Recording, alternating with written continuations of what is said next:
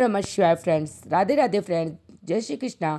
Veena Deepak Soni YouTube channel में आप सभी का स्वागत है फ्रेंड्स।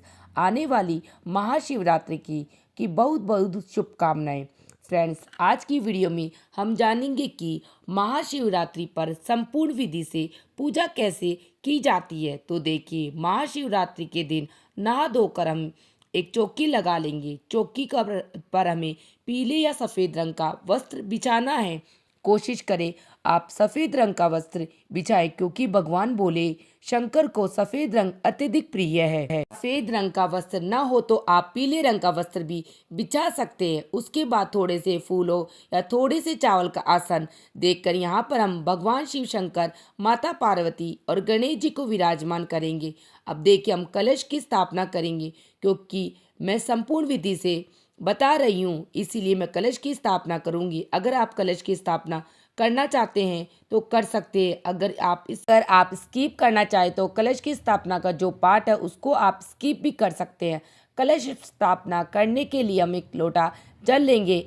इसमें हम गंगा जल जरूर डालना है। तो इसमें जल से भरा हुआ कलश हम लेंगे। यह हमने रख लिया। इसके अंदर हमें सुपारी, सिक्का, चावल, हल्दी और फूल डालना है। हल्दी आपके पास गांठ वाली है तो गांठ वाली ले लीजिएगा, नहीं तो आप हल्दी पाउडर भी ले सकते हैं। 5 चीज़ हम कलश के अंदर डालनी है। फिर इसके ऊपर हम पंच पल्लव लगाएंगे। तो आम के 5 पत्ते मैंने ले लिए। आप आम के पत्ते या शो के पत्ते ले सकते हैं। पत्तों पर तिलक करके हम कलश के अंदर सजा देंगे। अब इस कलश के ऊपर हमें किसी भी पात्र में चावल या तो गेहूं भर के रखना है, कोई भी अनाज भर के रखें।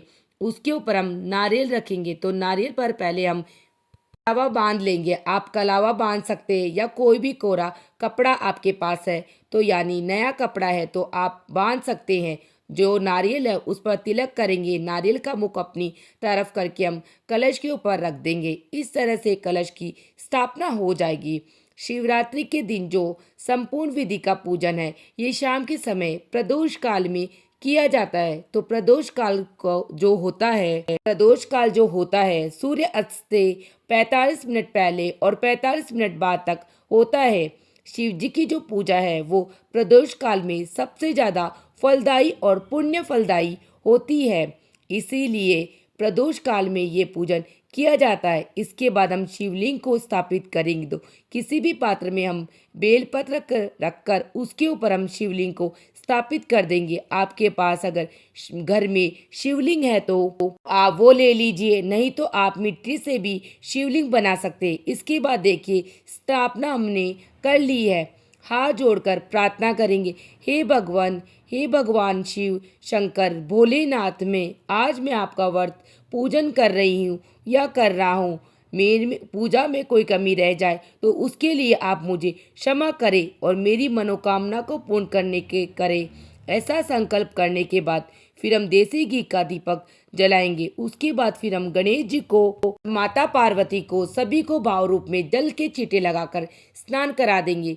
क्योंकि हमने फोटो ली है तो फोटो पर हम जल के छींटे लगाकर के स्नान कराएंगे। और शिवलिंग का हमें अभिषेक करना है। तो शिवलिंग जब भी आप स्थापित करें, जलहरी का मुख हमेशा उत्तर दिशा की तरफ होना चाहिए और शिवलिंग के पीछे की तरफ से हम अभिषेक करते हैं। तो पहले जल से अभिषेक करेंगे, फिर हम पंचामृत से अभिषेक करेंगे। भगवान महादेव को 3 बार अभिषेक करने का महत्व होता है। उसके बाद फिर हम जल से अभिषेक करेंगे, यानी शिवलिंग का अभिषेक 3 बार किया जाता है।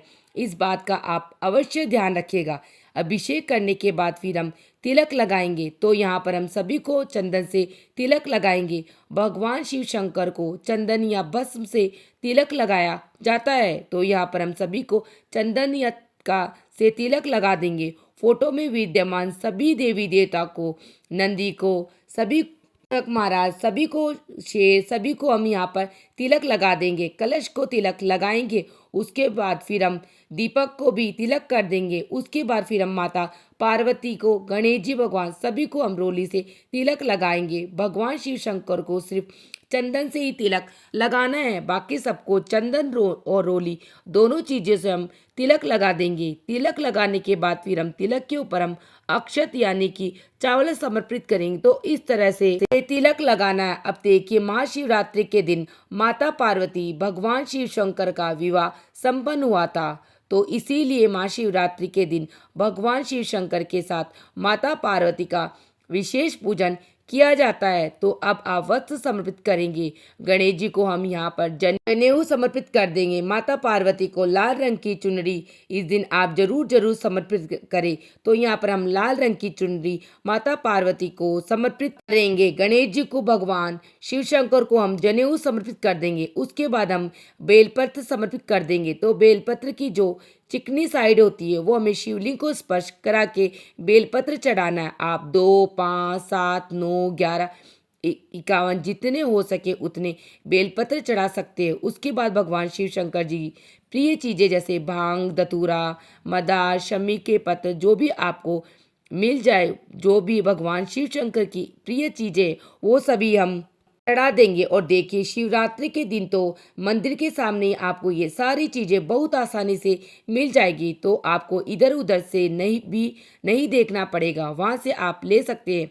इसके बाद हम माता पार्वती गणेश जी को लाल रंग का फूल चढ़ाएंगे। अगर आपके पास भगवान शिव शंकर हो सके तो सफ़ेद रंग का फूल आप चढ़ाइए, क्योंकि सफ़ेद रंग भगवान शिव शंकर को अत्यधिक प्रिय है। अगर आपके पास सफ़ेद और लाल रंग के पुष्प ना हो तो आपके पास जो भी फूल पुष्प है वही भगवान भोलेनाथ को समर्पित कर दे। भगवान भोलेनाथ हमारे बड़े ही भोले और वे भक्त की श्रद्धा और निष्ठा देखते हैं, तो उन्हें पुष्प समर्पित कर दे। उसके बाद में पास जनेऊ नहीं है तो वस्त्र के रूप में आप सभी को चावल समर्पित कर सकते हैं। इसके साथ ही महाशिवरात्रि के दिन माता पार्वती को श्रृंगार का सामान जरूर चढ़ाएं। चाहे आप 2, 5, 7, 11 जितनी चीज़ें चढ़ा सके, लेकिन श्रृंगार का सामान इस दिन आप जरूर चढ़ाएं। साथ में ही हम भोग चढ़ाएंगे। तो भोग के लिए हो सके तो जो बेर आते हैं, बेर का भोग चढ़ाया जाता है। महाशिवरात्रि के दिन हो सके तो आप बेर का भोग चढ़ाइए। बेर न मिले तो आप किसी भी फल का भोग चढ़ा सकते हैं। शिवरात्रि के पूजन में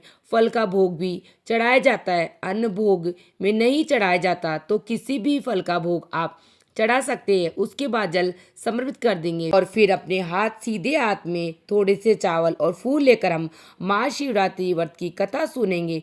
कथा का वीडियो मेरे चैनल पर अलग से मिल जाएगा, लिंक मैं आपको डिस्क्रिप्शन में दे दूंगी, आप वहां से देख ले। के बाद में हम दक्षिणा समर्पित कर देंगे, क्योंकि दक्षिणा हमेशा पूजा में रही कमियों को पूर्ण करती है। उसके बाद धूप दीप दिखाकर बहुत ही प्रेम पूर्वक हम पहले गणेश जी की आरती करेंगे, फिर भगवान शिव शंकर माता पार्वती की आरती करेंगे। बहुत ही प्रेम पूर्वक आरती करने के बाद हाथ जोड़कर पूजा में रही कमियों के लिए क्षमा याचना करेंगे और अपनी मनोकामना को पूर्ण करने के लिए भगवान शिव शंकर माता पार्वती प्रार्थना करेंगे। इस तरह से पूजन पूर्ण हो जाएगा। पूजा के बाद जो जल का लोटा है वह अर्घ देंगे और जो भी हमने भोग प्रसाद चढ़ाया था घर के सभी सदस्यों में बांट देंगे। जो दक्षिणा है वो हम दान कर देते हैं।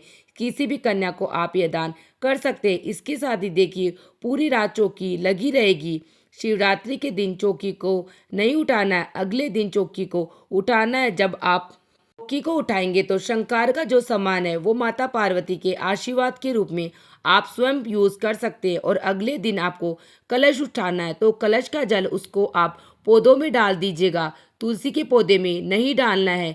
पहले से थोड़ा सा जल आपको अपने पूरे घर में घुमाना। उसके बाद में बचा हुआ जल आपको तुलसी के वृक्ष के अलावा किसी भी वृक्ष में डाल सकते हैं, किसी भी पौधे में डाल सकते हैं। तेल का जो है वो आप सबको प्रसाद के रूप में बांट सकते हैं। इस तरह से हमें महाशिवरात्रि का पूजन करना है। कि ये पूजन है वो प्रदोष काल में सबसे ज्यादा पुण्य फलदायी होता है। अगर आप 4 पैर की पूजा करते हैं तो भी आपको संपूर्ण विधि से भी पूजन करना होता है। लेकिन अगर आप सरल तरीके से शिवरात्रि के दिन पूजा करना चाहते हैं तो सरल विधि का वीडियो भी आपको मेरे चैनल पे मिल जाएगा, लिंक मैं आपको डिस्क्रिप्शन में दे दूंगी, आप वहां से देख लेना। आपको महाशिवरात्रि का ये संपूर्ण पूजन कैसा लगा कमेंट करके जरूर बताना। अगर ये वीडियो आपको पसंद आया, वीडियो आपके लिए थोड़ा बहुत भी यूजफुल हो तो प्लीज़ वीडियो को लाइक कर लेना और चैनल को सब्सक्राइब कर लेना। और हाँ, जब भी आप शिवरात्रि के दिन पूजन करें तो पूजन के दौरान आप ओम नमः शिवाय मंत्र का उच्चारण करते रहिएगा, ताकि आपको महाशिवरात्रि के पूजन का पूर्ण फल प्राप्त हो सके। फिर मिलते हैं किसी और वीडियो में, तब तक के राधे राधे फ्रेंड, जय श्री कृष्णा, ओम नमः शिवाय। और आप पे, आपके पूरे परिवार पे भगवान महादेव का आशीर्वाद हमेशा बना रहे। जय श्री कृष्णा फ्रेंड्स।